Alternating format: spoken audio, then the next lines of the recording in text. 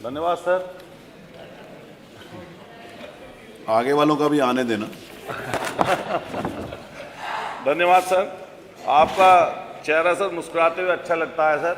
और जो बड़े लोग होते हैं, मतलब बड़े उम्र में भी और वैसे भी, उनको ज़्यादा देर तक गुस्सा रहना भी नहीं चाहिए, क्योंकि उनसे कई के नुकसान भी होते हैं। ज़्यादा देर लगी भी तो नहीं।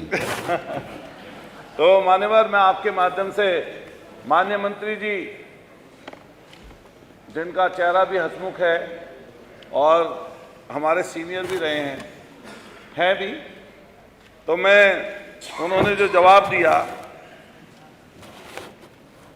महंगाई के विषय में, हमारे यहाँ मान्यवर लगभग 8,41,60,51 पंजीकरण है श्रम विभाग में। तो मैं सबसे पहले बाबा साहब का वो कोट पढ़ना चाहता हूं, जो बाबा साहब ने मजदूरों के लिए पढ़ा है और बोला है। मजदूर को ऐसी मजदूरी मिलनी चाहिए जिससे वह और उसका परिवार सम्मानजनक जीवन जी सके। मजदूरी सिर्फ पेट भरने के लिए नहीं होनी चाहिए, बल्कि शिक्षा, स्वास्थ्य और बेहतर जीवन के लिए पर्याप्त होनी चाहिए, इतनी मजदूरी होनी चाहिए। और वो जीवन निर्वाह योग्य मजदूरी के समर्थक थे। तो मान्यवर, लेकिन किसी भी सूरत में सरकार का कोई नजरिया ऐसा नजर नहीं आता जिससे सम्मानजनक स्थिति इस समय पर हो। मान्यवर, आपके माध्यम से मैं कहना चाहता हूं, एक आउटसोर्सिंग है जिसके विषय में थोड़ी देर पहले चर्चा हुई। मैं खुद अपने मेडिकल कॉलेज मेरठ की बता रहा हूं। 1700 लगभग आउटसोर्सिंग के कर्मचारी हैं, जिसमें सफाई कर्मचारी और आपके नर्सिंग स्टाफ है। 4-4 महीने हो जाते हैं मान्यवर, 8,000 साढ़े 8,000 की सैलरी पर वो लोग काम कर रहे हैं। और यही पूरे प्रदेश में मान्यवर आउटसोर्सिंग के कर्मचारियों के साथ चल रहा है।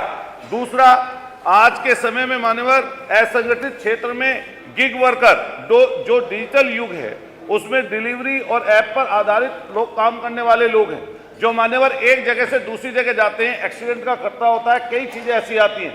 क्या उसके लिए भी मान्यवर कोई इन्होंने योजना बनाई है कि क्या उनके जो भविष्य है उसको सुनिश्चित करने के लिए, क्या वो जो आपका पैटर्न दूसरे संगठित क्षेत्र में दूसरे कामगारों के लिए है? क्या ये जो गिग वर्कर हैं, क्या एक क्वेश्चन ये बनता है, क्या इसके लिए भी आपकी कोई नीति अभी आई है?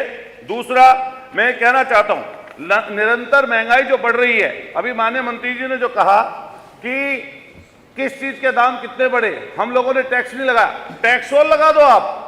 1.5 लाख रुपए तोला सोना बिक रहा है, चांदी 3 लाख रुपए हो गई। कोई गरीब आदमी मजदूर सपने में भी सोने के लिए सोच सकता है क्या?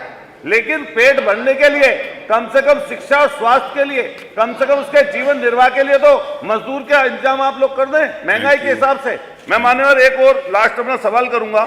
एक तो ये गिग वर्करों के लिए क्या है, दूसरा आउटसोर्सिंग के जो कर्मचारी हैं, जो आपने कहा कि 16,000 रुपए हम लोग उनकी न्यूनतम करने जा रहे हैं, वो कब से करने जा रहे हैं, कब से कर दिया आपने, उसके बारे में जरूर बता दें।